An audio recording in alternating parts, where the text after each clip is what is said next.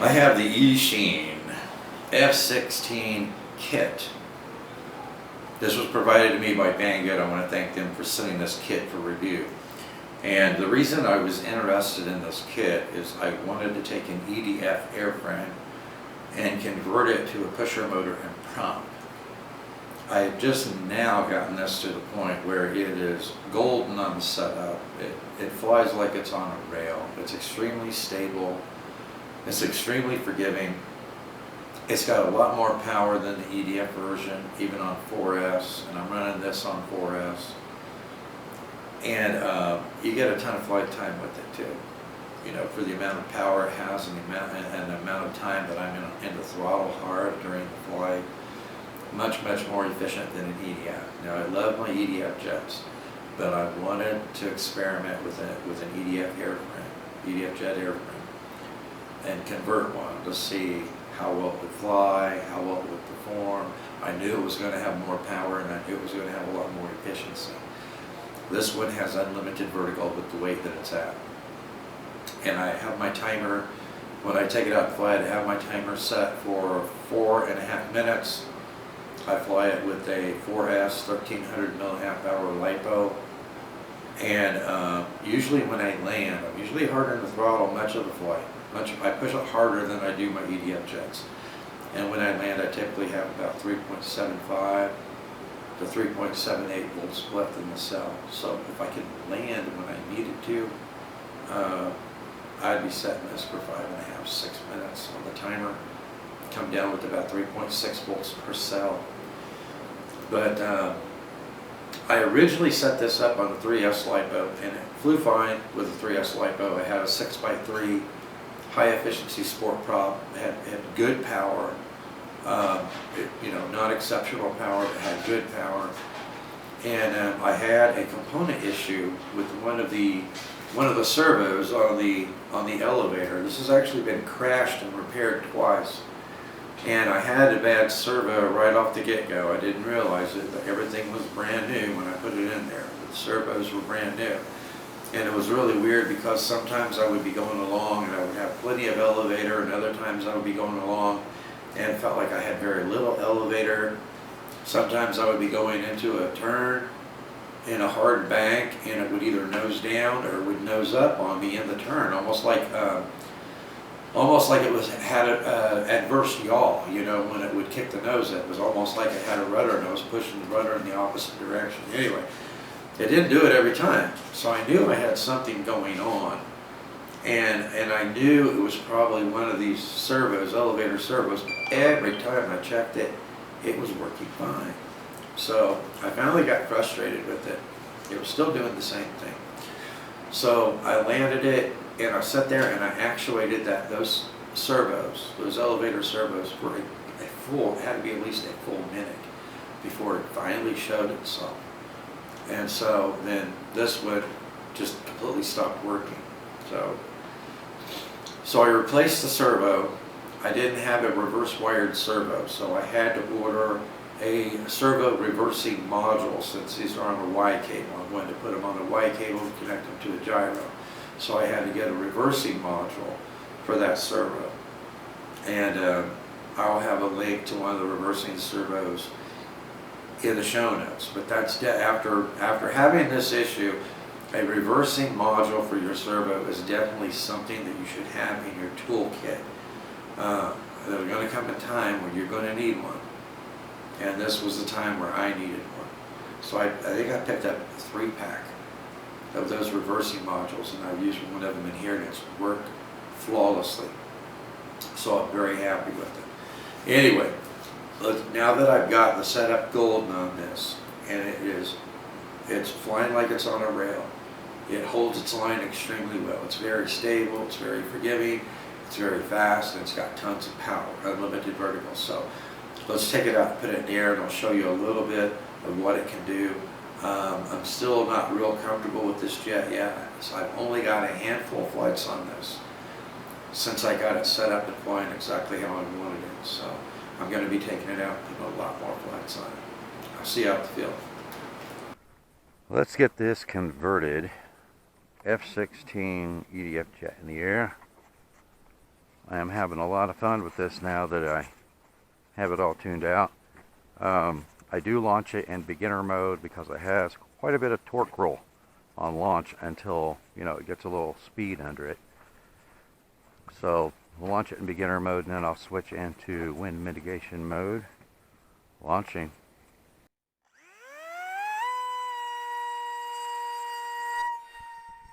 And I launched that at about 80% throttle, 75 to 80% throttle.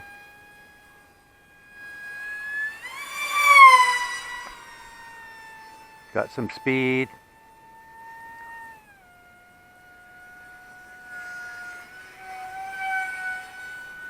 And it just flies really, really locked in now.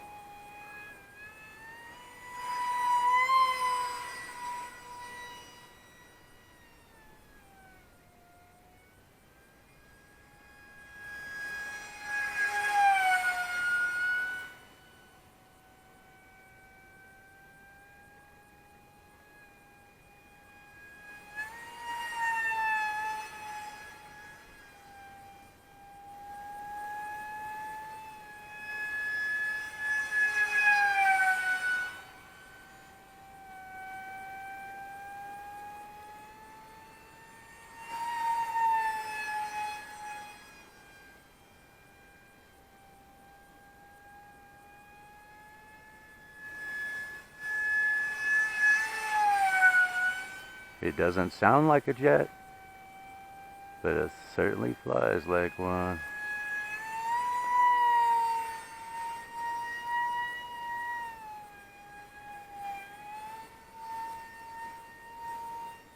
Unlimited vertical.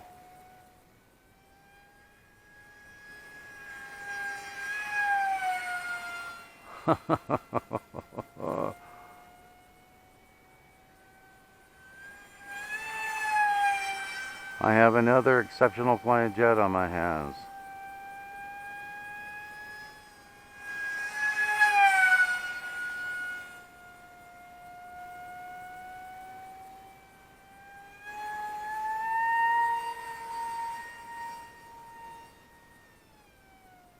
One thing I can do with this one that I cannot do with the EDF version is I can push it a lot harder during the flight and still have really good flight time out of it.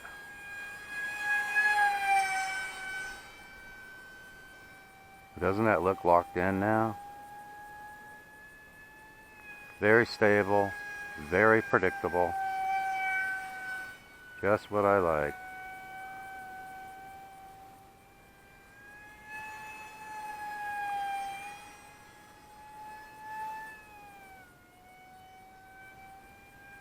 That is absolutely awesome.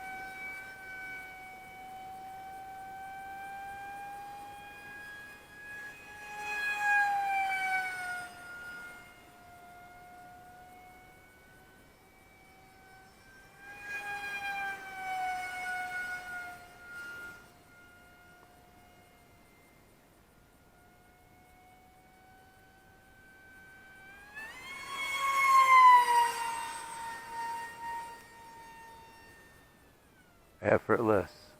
Just effortless.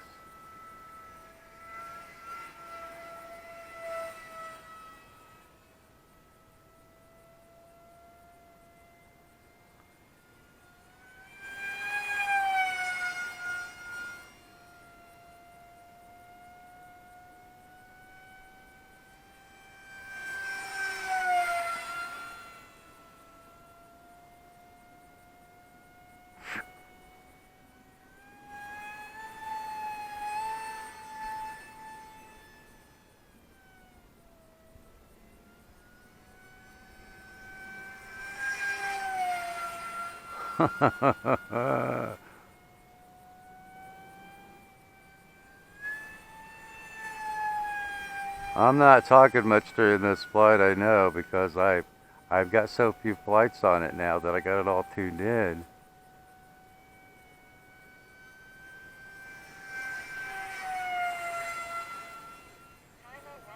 Alright, there goes my timer.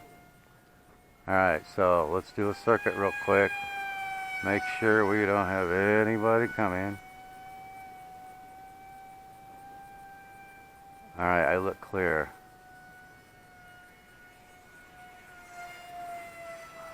Alright, I'm going to put it back into beginner mode for the landing.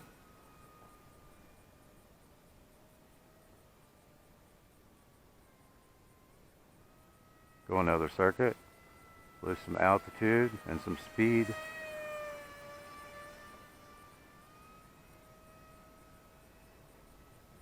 Take a wider swath coming in because it is very restrictive with these EDF jets.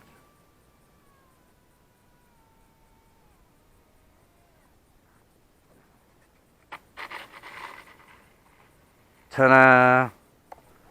I am having an absolute blast with this jet now. like I stated in the beginning, before we came out here to launch it, it has been a long, hard slog with this project, this conversion, because of the flaky component that I had in it to begin with. But man, am I happy with this jet now. Man, I would say it has, I don't know if it's faster. It feels like it's faster when I'm going full throttle than my 50mm EDF jets that are running on 4S. You know, because the airframe has very little drag on it. And I would estimate that this pusher motor and prop on 4S are it's probably providing somewhere between 25% more thrust than the EDF unit, and it's a lot more efficient. So when I put it in the air, even doing some mixed mode flying like I was, during that flight I was pushing this airframe quite a bit harder than I push my EDF jets.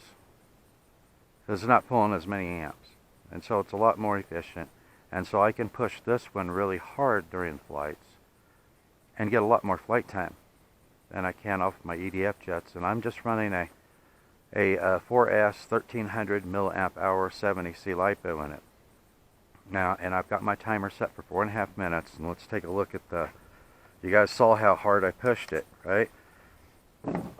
So let's see how much juice that we have left in the pack. Normally I have about 3.75 to 3.78 volts per cell when I land. Got the sun right over here, so let me see if I can hold up so you can see it. Okay, I got 15 volts even. 3.75, 3.75, 3.75, 3.75. So, yeah, I mean, 4.5 minutes of hard flying, and if I knew that I could land when I needed to, because there's a lot of traffic goes up and down this road.